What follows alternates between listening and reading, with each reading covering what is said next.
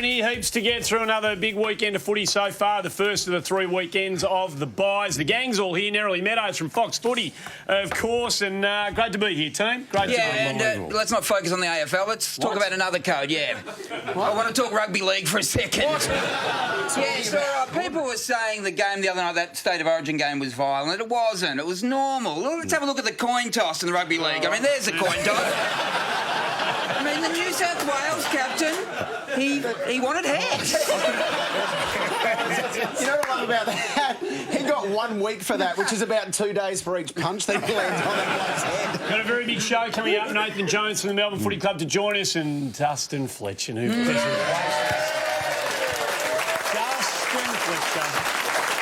Coming off the back of a great game last night. That was a cracking game. What was great about it? It was one of the greats. Can I play some highlights? No. Yes. I'm going to play some highlights. This is fantastic.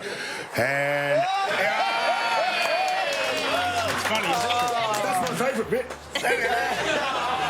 That's funny, mate. No, it's not, mate. That's real pain. The Great blokes that have stuff. left everything out on the ground, they've put everything into it, and they're suffering, and you think that's funny, do you? You are goosebumps.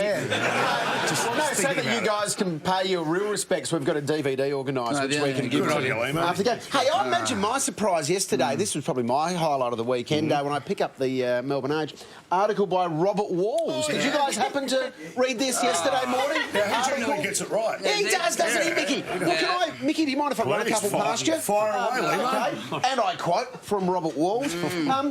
Carlton has flown under the radar, but the top 4 and even a flag is now possible. Right on the money. He's done it again. Trust me. He also thought Hawthorn were going to win the flag last year, but not everything's It's not about the Hawks right now. No, he's got some... Hey, has he? He's got some other gear here. right, Mickey, shall I? Please fire away. I'm loving it. Could a 17th premiership be a possibility? You never know. The footy gods are smiling. That's funny, isn't it, Mickey? He's the oracle. Yeah. He is the oracle. He had a 5-year plan for Richmond when he coached him in 1996. That worked out, didn't it? Yeah. Okay. Now you're just lashing out. Okay? You're just lashing out. Narrowly, Carlton should have won last night, shouldn't they? No. Why are you on this panel? I wouldn't know. But how did they lose, though? 31 points up. We don't need to start waving The the Bombers boots here. only had 3 goals at that point. They kicked 8 more goals for the rest of the game. Yeah, that we was during understand the how the third maths quarter. work. How can you be that bad? It was a giant choke, let's be honest. I've identified one of the problems, though. Is your coach okay? What are you talking about? Well, he's a super coach. Is your coach He's at the top okay? of his game, mate. Have a look at him in the coach's box last night. Lost his glasses. Look at him fumbling around. Where's my... He doesn't know what... He's found him. Now he can't do his zip-up. He can't do his zip-up. He can't do his zip-up. And they're high pants. They're high pants, I'm telling He you. tripped over his Zimmer frame coming down the stairs. Can you stop? Hey, He had a senior moment. He's That's all. someone's grandfather. Leave him alone, all right? No, he's a great coach, Mickey. We love you. We believe. We believe. We're all the way. We're Are you cooking. doubting a little bit? No. Just a little bit? No. absolutely We'll be not. fine. We'll Absolutely be fine. not. And I'll tell you why Malloy's flying high, because Richmond had a great win on Monday night. No doubt the Top shot. Tigers. Tigers are back. The juggernaut is out of control. But you know what? You don't. The players don't stick together. I've got an What are you example. The talking players not sticking. Poor old Mate. Titch Edwards copped an injured eye here. Watch this. He gets a finger in the eye. Quite full on here. He's still wearing an eye patch right now. Nothing That's a nice- true story. Nothing nice about this. Nothing's nice It's about pretty this. ugly. It's pretty ugly. Well, what did It is. well, he's full on. So what did his former captain and current teammate have to say about that moment? It was pretty funny watching the vision of him coming off. He said he actually couldn't see, so it wouldn't have been funny for him. He looked like he was a zombie at one stage. He said he looks like a zombie, and he does look like a zombie. The poor guy doesn't know where he is. God, he's right in Kalgoorlie right now. Look, the big story of the week, Mark Neeld, his job was on the line, a lot of people said, when he went to a board meeting on Monday. He survived that board meeting, but he was under all sorts of pressure. Everyone wanted to get a shot of him that day, and unfortunately the light turned red here. That's awkward. And he just had to wait for a little bit. Seriously, that's an all. Often I want to pick my nose in the car. a tough moment. Probably not a He good kept time to his do it. job. A lot of people, David Schwartz, saying that another big loss on Monday may see him lose his job, and that's what Schwartz wants. Ox is saying that he's barracking for Melbourne to get beaten by 100 points rather than win it by 2 because he wants to see change brought about at the Melbourne Football Club, and that has been roundly criticised, that stance that Ox has taken. But It is a it's bit, his mate. to take. He also said he's going to wear Joffa's gold jacket to the game. I mean, that's taking it too far. The vultures are out. Is it fair to say the vultures are out? Yeah, They but are. Neild, I asked him whether he was a topic of conversation. His actual job was a topic of conversation at the board meeting. He said, not while I was in the room. Yeah, well, you So didn't- not conclusive You there. didn't get the best interview with him, though. This is the best interview. It was a real exclusive from someone. I'm not sure who the reporter is, but listen to their exclusive interview. Listen carefully here. Mark, obviously important meeting this afternoon. You confident the board will pick his coach? That is absolute exclusive right there. Certainly picked up the scoop there. Mark Neild's struggling to deal with the press while he's under all this pressure. And I think he probably, in these difficult times and dealing with the media, he needs to take some guidance from this bloke. Sorry. Sorry, slip. Sorry. There we go. So you just need a cold cup of coffee. He did speak about it all on Demon TV on the Melbourne website during the week, and he did talk about being hounded and the sort of impact that it had on him. I understand that everybody has a job to do within the industry, but I must admit there was an occasion yesterday where I did think I'd committed quite a serious crime. It's tough, isn't it? I mean, they become these individuals become the central figure of the story of the day, and the media's thirst for stories these days is bigger than it's ever been before. There's so many more covering the game, and it must be a terrible position for Mark Neeld to find himself in. Well, With so many people openly speculating about his future. I think, and this is a really different situation because so many fans want to see the back of him as well, which is the truth. There's so much speculation over him coming from the general public. It's interesting, he said he felt like a criminal. It's interesting. Here's an artist's impression of the board meeting. And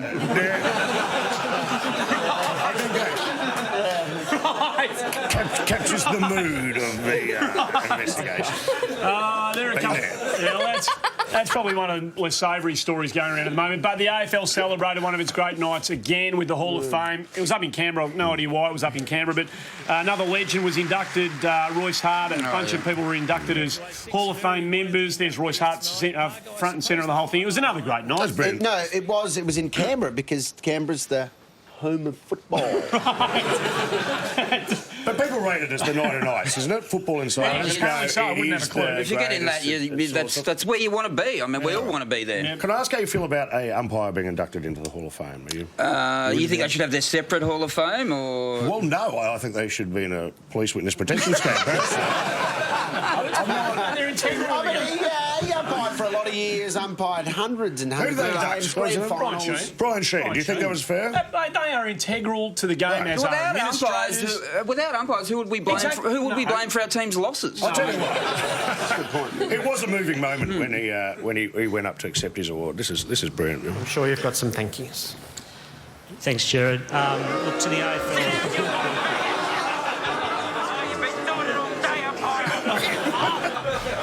That'll bring a tear to his eye. All those memories coming flooding back. Their contribution to the game is significant. Without them, there is. I have a special place with. We know, Andy. We know.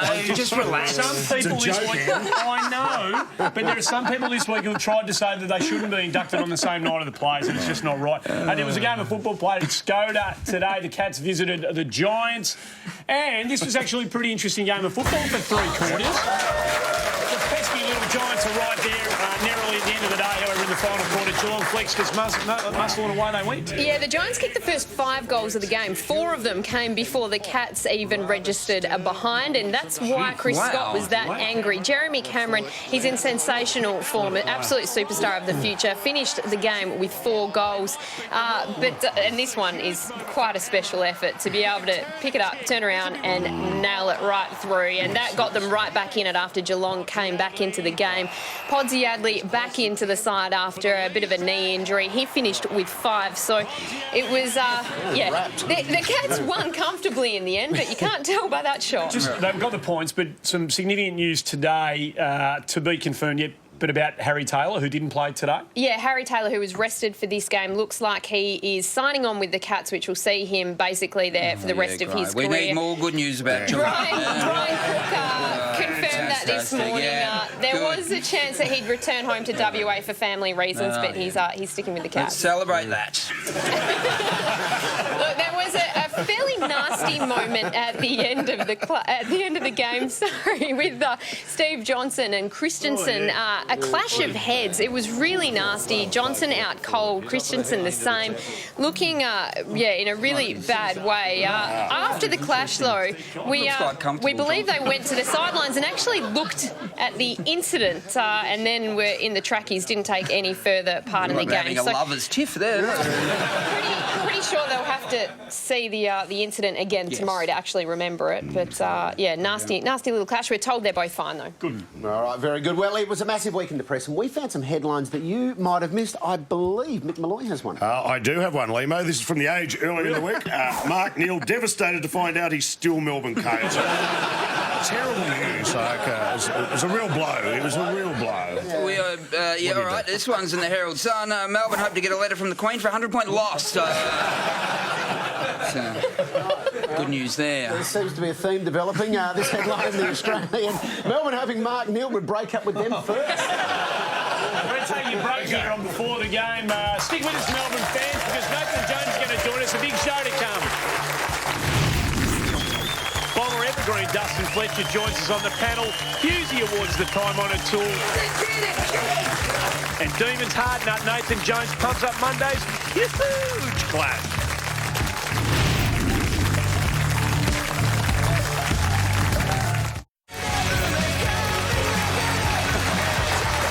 Welcome back to our show. Our first special guest tonight's been playing in the VFL AFL for 47 years. He's played 11,392 games. He's one of the greats of the Caper. Please make him welcome from the Essendon Footy Club, Dustin Fletcher, everyone.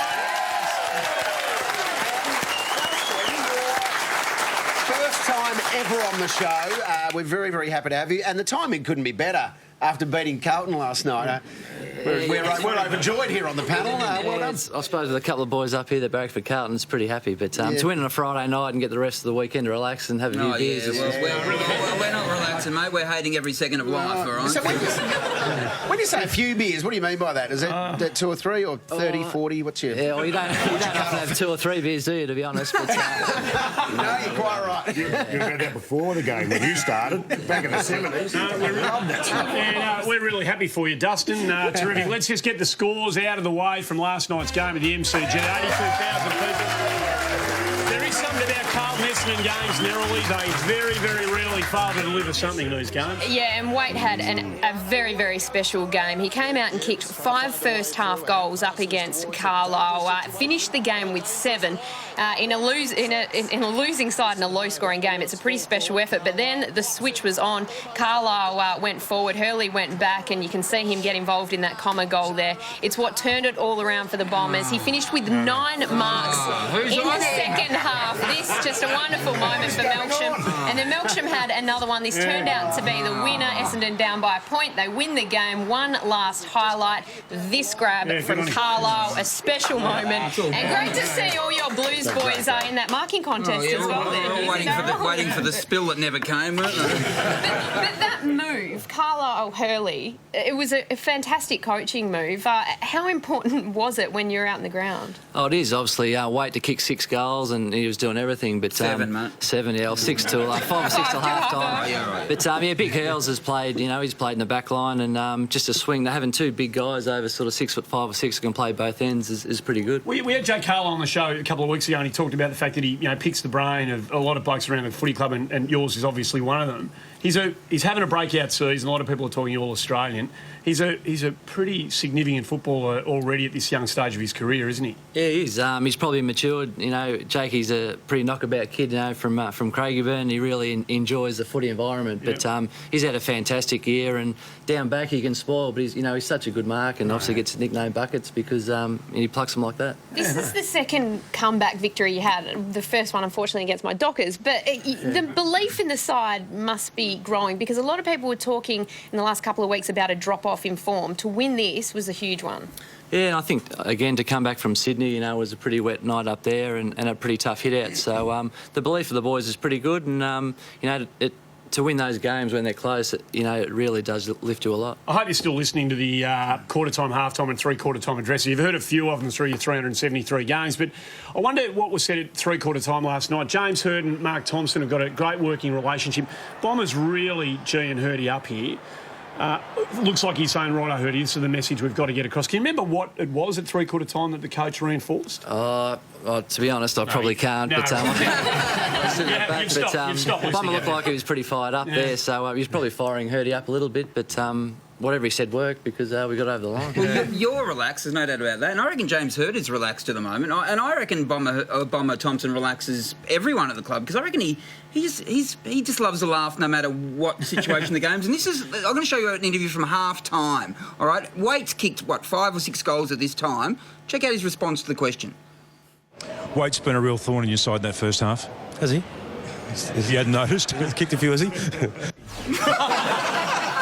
Is he like that all the time around the club? Oh, yeah, he is at times, but he can get up you and get pretty fired up at times as well. So you just got to watch your way with Bomber a little bit. It was an interesting game as far as the officiating goes because they basically threw away the whistle. It's quite remarkable. 17 free kicks for the game, which is the lowest since 2005. They were calling that push in the back in the early parts of the year, but Mark Evans certainly having some sort of impact on the umpiring department. Have you seen a difference yourself? Noticed a difference? Yeah, I think definitely because, it's back to sort of when I first started. Bets fell over. Yeah, there's been a fair change, no doubt, the last 3 or 4 weeks. It's like back in the, the 90s, I reckon. So it's great. Is that good? Is that a good thing? Oh, I think the players love it. Oh, do they? Did Eddie Betts love that one at the end there? Probably didn't like it, but Yeah, well, look at that at the end. Just a little bit of a look at some of this stuff from a Carlton point of view. That's holding the ball. Right. All right. That's play on. No worries about that. All right, from a Carlton point of view, this one, is this throwing the ball? I would think so. Let's keep going here. There's nothing wrong with that. Nothing wrong with that. All right, this one. Watch this. Throwing the ball. Did you push Eddie Betts in the back there? Nah, mate, you can see on the vision there. It was With the umpiring last night, they obviously let it go. But some weeks they don't let it go. Does it make it difficult for you, though, as a player? There are different interpretations week to week to week. Yeah, it does, but I think probably the last 2 or 3 weeks you've really noticed them, they have let it go. So if they umpire like this, the whole time, well, you get a feel for the game and you can play properly, whereas they give ticky-touch ones, you just don't know what to do. Yeah. So I reckon let it go and, you just get stuck in. Absolutely. And what about the goal review? Because you were involved in a very interesting one last night. Garlett, now he looks to take the mark, put it on the boot. That looks like a goal. You grabbed the ball very, very quickly here and play on. You knew that it was a goal, didn't you? Oh, and I saw a bloke run it. There was a couple of options out there, so I thought... That's where you are. That's you right there. You see that happen, don't you? Just be honest. I saw a few options. He was cutting out the back, so... You knew that was a goal. Admit it. And you admit it. You knew that was a goal, didn't you? We can't go back in time. Admit it. I'm under pressure up here. I wasn't sure. I find this fascinating because 20-odd years of experience in the game, that's a new rule, but you still have the nous to know that if you play on quickly... There's no review. Yeah, oh, yeah, you're not far off, but... What do you think of the goal review? Do you like the goal review system? No, it's pretty confusing. You don't like it? It's hard for the goal umpires, it's hard for the people up top and the fishing, Yeah, I'm not sure. Yeah. I'm coming around. I'm a bit of a fan. I thought they got it right last week. Have a look at this. Patrick Dangerfield. This is how the system should work. Right. Bang, OK. Didn't touch the post. Let's go. Here come the umpires. Here come the boundary umpires. Here comes the guy with the pies. He's going to go. And, here's trouble. Where's security? They need to say something. That's how it should work. What was the decision in the end there? Play on. That's definitely. I saw a goal review recently that bothered me to be completely honest. Let's have a look at it. Now, the ball goes through here. They go to the goal review and we'll just watch this carefully. And I was quite... No, don't do that! That should come with a warning. If you were going to show an extreme close-up of a head like that, You need a warning on the screen Limo, immediately. TV's better. The closer it is, the better it is. Give the people what they want. That's very disturbing. That is Apologies really... to everyone at home who's having their dinner right now. That was unfair. That's genuinely disturbing. Dustin Fletcher's going to stick around here on Before the Game as we go to the break. Brian Strawn recently caught up with one of his teammates, David Zaharakis. Strawny. There you go, Zaka. Thanks for that, buddy. You'll need that. It's not mine, mate. Oh, that's right. Strawny wrote that. Sorry. BYO. How are you, Zaka? You well? Yeah, going well. How are you? I'm very good. I love the pad. Thank you. It's a bachelor pad, is it? I'm single at the moment. You're so, single? yeah. Oh, look out. Maybe you and Strawny can get out in the town. Maybe we can. There's a spa out the back if you want to. Do the jacuzzi? Yeah, me and you. Not just me and you. I mean, let's be that straight. Yeah. It's probably one of the more relaxing interviews you've done recently, I imagine. Yeah, it probably is. I reckon it is. Say no more, Strawny. I think we all know. But obviously it has been a tough time down at Essendon. And how have the players all reacted to, Brendan Goddard crying after the game against the Saints? Yeah, he copped a fine from the boys. Did he cop a fine? Yeah, he copped a fine. How much is the fine? You have to roll the dice and then it comes up with whatever you have, whether it's $100 or whether it's you have to wear a bad kit to training or your club suit. So. And what did he get? I can't remember what he got, but I think he had to talk about either way, whatever he got. Did he cry again? Yeah, he rolled the dice again. Yes, exactly. Who's this fella? Michael Jordan. It's a bit crooked, don't you think? Yeah, you got to make sure. I mean, that wouldn't happen at the Hard Rock Cafe. No, exactly. He was all right, wasn't he? He was good. Yeah, I'm a big Michael Jordan and LeBron James fan. So I was more of a Phil Smythe. Phil Smythe. Yeah. Yeah. Under 18, 2008. Yep. That was National Carnival in 2008. Fortunate enough to get all Australian. So yeah, it was a good year. Not signed. Not signed. Nah. I'm not going to sign my own memorabilia and put it up there. I do. Now, congratulations on your Anzac Day medal. Thank you. Well done. It must be an honour to win the Anzac Day medal, especially because your ex-teammate, Dustin Fletcher, was at Gallipoli all those years ago. It was good, yeah. Are you a good leader, do you think? I'd like to think so. Yeah. Are you going to be the captain one day? I don't know. I'd like to think so. Job's the captain now, and there's still a few guys there. Yeah, but tick-tock, tick-tock, Everyone's got to move on eventually. Can you pass on a message to Dyson Heppel? Yep. 2005 Dale Thomas rank, he wants his hair back. Zacko, you're a legend. Go ahead, skipper. Well done. Thank you. Yeah, it's a good start for the team. It's sort of a hard decision to make both ways with Essendon. It's been a great team and great sort of club, but hopefully work out tonight to see Essendon have a win tonight. Hardly changed at all. That was 1993. He's actually playing for his schoolboy side, Pegs, and being a star there, obviously, when he first played for Essendon. It's a remarkable story. Dustin Fletcher, a very, very, very special guest. Hey, look at that picture there, the blokes along that line. Do you reckon you'd remember all of those blokes? To be honest, probably not. No. But I can still see some names there. Michael Boardinong and Johnny Collegia there. But Collegia? Yeah. There you go. Do you remember your first game of AFL? Do you remember who you played on? Yeah, I think my first game was actually in the ruck, I think, and I was my Sheeds threw me in. I think I was against Big Justin Madden in my. That's not the answer I'm looking for. I believe you played on sticks for a fair part of that game. Yeah. You did. You did. I did. You did. Bloody hell, I remember that. He remembers it fondly. In fact, he recorded this testimonial. How are you, Fletch? I remember way back in '93 when you played your first game. You're just this tall, skinny, lanky redhead, and now look at you. You're just an older, tall, skinny, lanky redhead. I remember I kicked 5 on you in your first match. I figured if I kept playing on you for the rest of my career, I'd kick 19,000 goals. Credit where credit is due.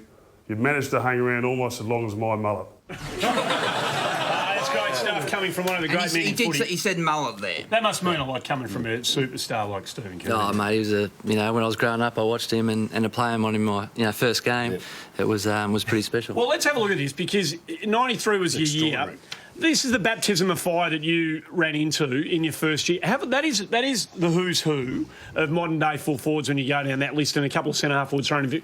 I mean, the names there that you had to contend with in your first year are absolutely extraordinary. What was the most important early lesson that you learnt that's held you in good stead at this level? Is there one? Probably when you got goals kicked on you, don't worry about it too much because. you know, there were days where I probably had 4 or 5 kicked on me, but I thought I went all right. Yeah. And Sheeds was obviously pretty positive at the time, but some big names there, and you know, they're the names that you know that are right up there. You don't worry about anything, do you? Oh, you worry about a few things, but yeah, I think if I worried about it then, I wouldn't have been playing footy because some big names there. Do you impress yourself looking at that list? Oh, not overly, no. Hey, what was the toughest of the lot? Oh, I'd probably say Dunstall out at Waverley because you had yeah, just a champion. I can't say one because Big Plugger, you know, scared me. Did he scare you, Plugger? Because we've pulled out a highlight, actually, of you doing some magnificent work with Plugger. Here we go, and he just gives you a little help. Just a gentle little nudge over the fence. He was a brute of a man, wasn't he, Plugger? Yeah, he was. Did you get a free for that? No free, just play on, mate. just like you and Eddie Betts, really. Now, but I mean, Plugger was really tough, wasn't he? But you've got some tough players in your team right now. One of them's playing. This is Commer, yeah? Nick Commer. He's really tough. A couple of weeks ago, someone tried to mess with him. Yeah, mess with me. Don't mess with me, or I'll do this, and then I'll run off.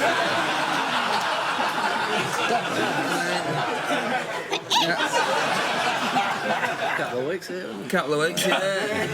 Tough It's a brutal game, isn't it? It's tough. When you see that, I mean, it's a brutal game. Good man comes in. A couple of kids, though, playing last night, Will Hams, but more importantly, Joe Danaher. There was so much hype over him. He had a little bit of a shaky start, but when he got going, he did some beautiful stuff, including this wonderful setup to Hurley.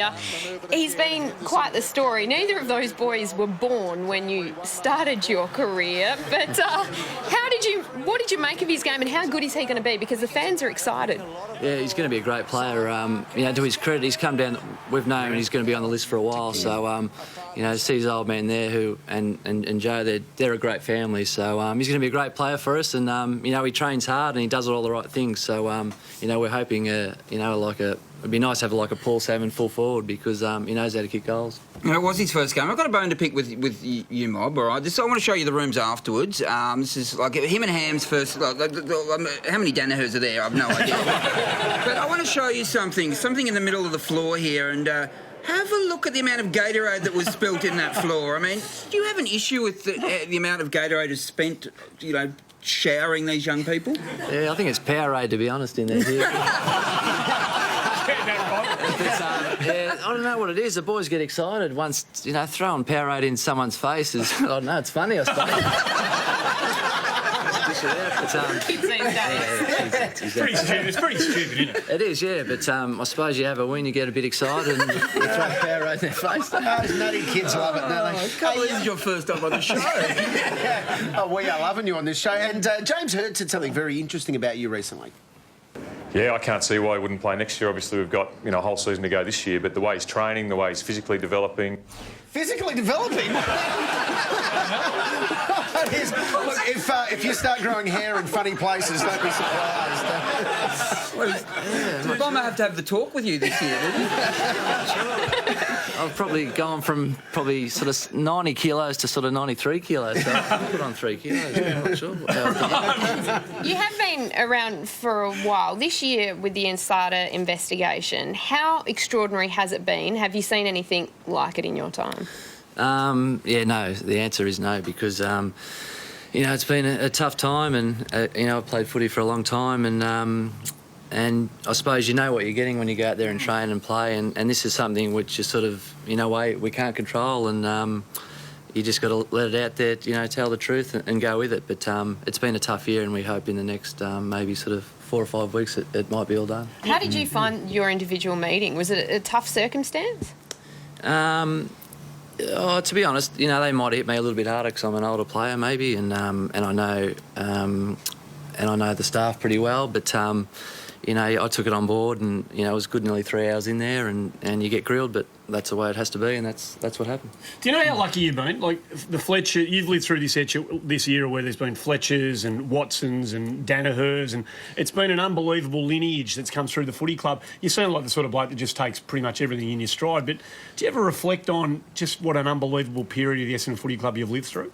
Oh, you probably do because when I was only sort of 5 or 6, I loved getting down the rooms and running around, and you knew Doc Reed from a young age, and physios and people like that. So, but to have the name Danaher's and Watson, obviously to play with Anthony, to play with Tim, it makes you old. But I just love being around the boys, and that's probably why I've been around. Great scenes. Your 350th. It was a very moving occasion to see you take the ground with one of your sons. You don't see this every day, but this was one of the great.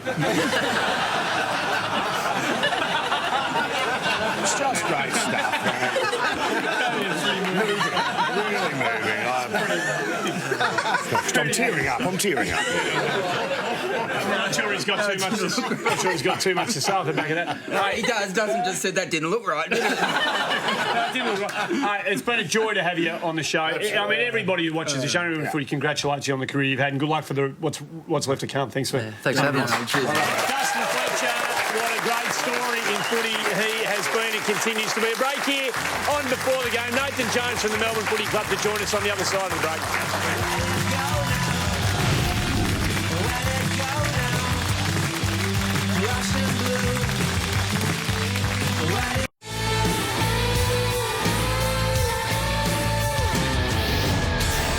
Mickey, we are swinging by Glenferrie Oval to pick up.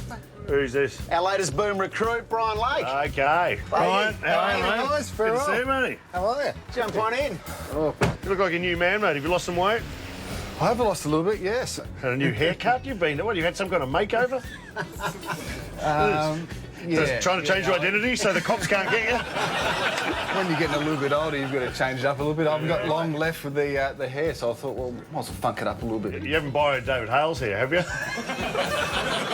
That's on my back. That's on your back.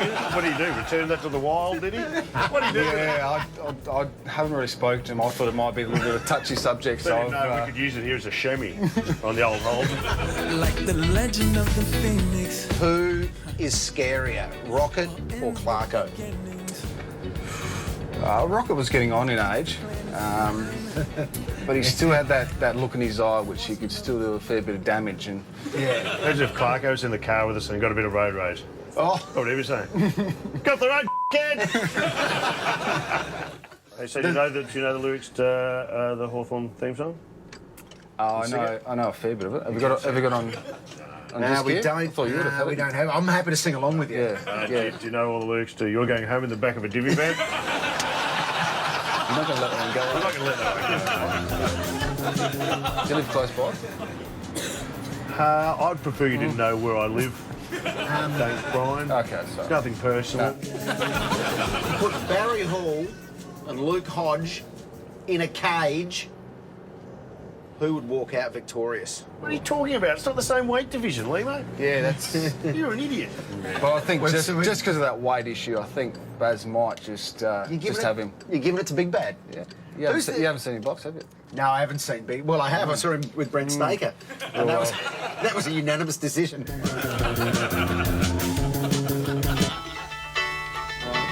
But yeah, interesting when you walk down there, the old Dimmies down there. Oh, hi. How are you? I've got Brian's phone here.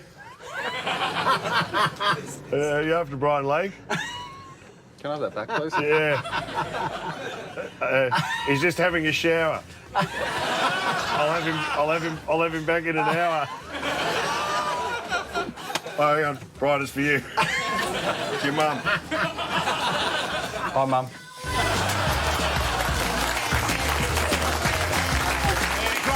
Disappointing there's no mention of Brian's bargains, but that was very nice work indeed. That was his phone. It was good. Please, mate, welcome our next guest. His team's had a tough season, but this man can hold his head high. He's been on the front line right from the word go. From the Melbourne Footy Club, Nathan Jones, everybody.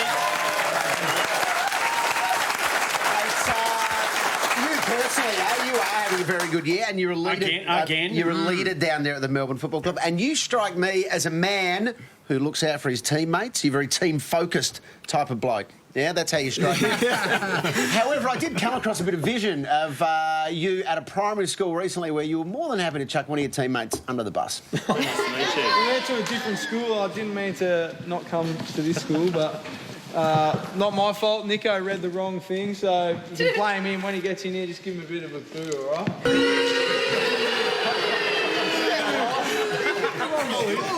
All right, can you please explain?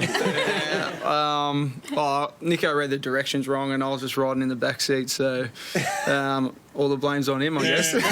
Shows your leadership qualities after being promoted to co-captain. Those kids were really with you.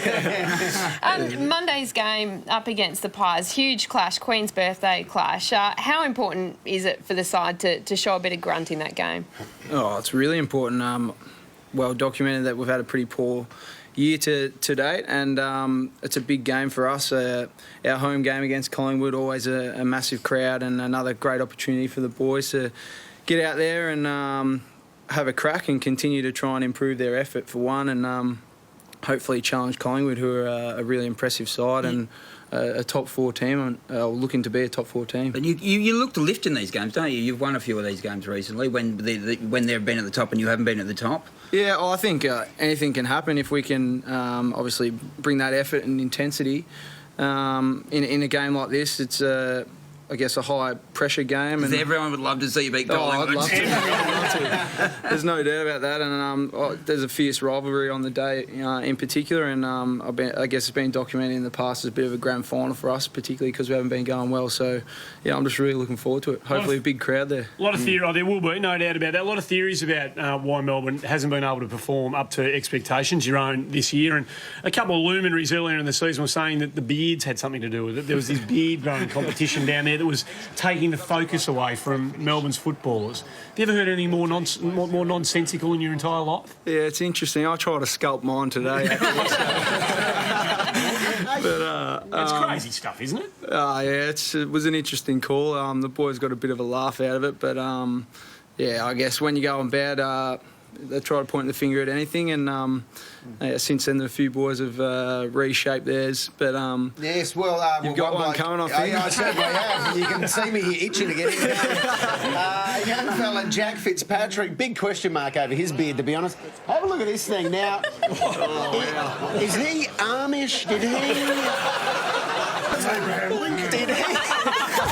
Did he ride a horse and cart to the game? Yeah, look, well, it's an interesting one. He's a different character, to say the least, but how old is he? I'm not sure. He's a bit of a weird unit, but I think you can tell by his facial hair. Well, on the subject of units, Jeff Kennett has said this week. Well, he said this week that he'd be happy to be president or chairman of your club, even though he's a mad Hawthorn supporter. How did you take that? Yeah, I thought he might have been drinking when he. Some of the stuff he said previously, maybe we should merge or move to the Gold Coast. So, yeah, interesting, but... Be careful, he could be your new chairman. He does have an eye for talent, though. We saw that at a game recently. He was at the MCG. And just check out his eye for talent here. He's with his lovely wife. He's an eye for talent here, and yeah, there's definitely Jeff has... he's still young at heart, fair to say. He was checking the step to make sure she didn't fall over. Very big news down at Melbourne, and it was interesting to clock the fans' reactions. I thought that was telling.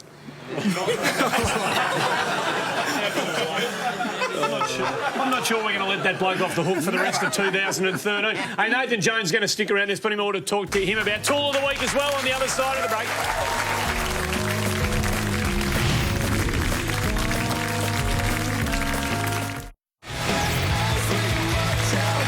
Welcome back to the show. Nathan Jones from Melbourne, a very special guest. Now, Nathan, Jesse Hogan, very frustrating. We saw him in the NAB Cup, a sensational talent, looks like a ready-made Jonathan Brown, but he's ineligible to play because he's too young. How frustrating is it, and how exciting is it? Oh, really frustrating, because he's been dominating in the VFL. I think he's kicked 5 for the last 3 weeks, so he's an amazing talent. How old is he? 18.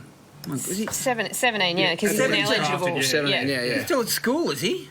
No. No, he doesn't need to be. I'm not fair to say that there is enough young talent at this football club that if once circumstances prove to be okay and everybody is playing, that it won't take long for Melbourne to start turning it around. Do you actually believe that? Yeah, there's no doubt. I think when you look at guys like Jesse, Jack Viney, Jimmy Toumpas, Dean Kent, And Jeremy Howe. Yeah. There's a lot of young fellas Get that Mitch are Clark back into pretty the side. inexperienced. And get Mitch back, Grimesy back. Yeah, you got to.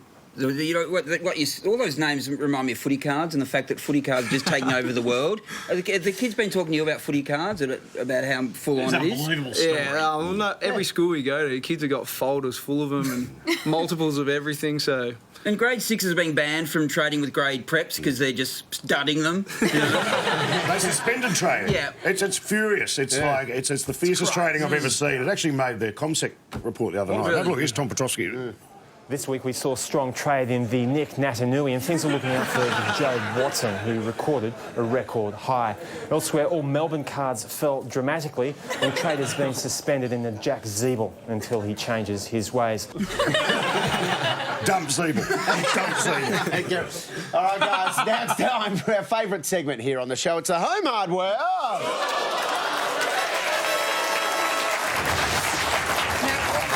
Were on Joe Danaher last night from Essendon. He had a great debut. They had a win. No worries about that. I got a bone to pick with Joe's mates. This is after the game. Joe's trying to rehydrate and eat some food. He's got a can of Coke there. Gives it to a mate just to hold for him. His mate takes a sip. And then what's his mate do? Gives it to another mate. He has a sip. And then he gives it back into him. And he has another sip. Who knows what diseases Joe now has? You've got to leave Joe's can alone, mates. That's why you're all the toil of the week. Home hardware. Go where the tradies go. We're going to take it to Craig. Nathan Jones sticking around. More to come on the other side of this.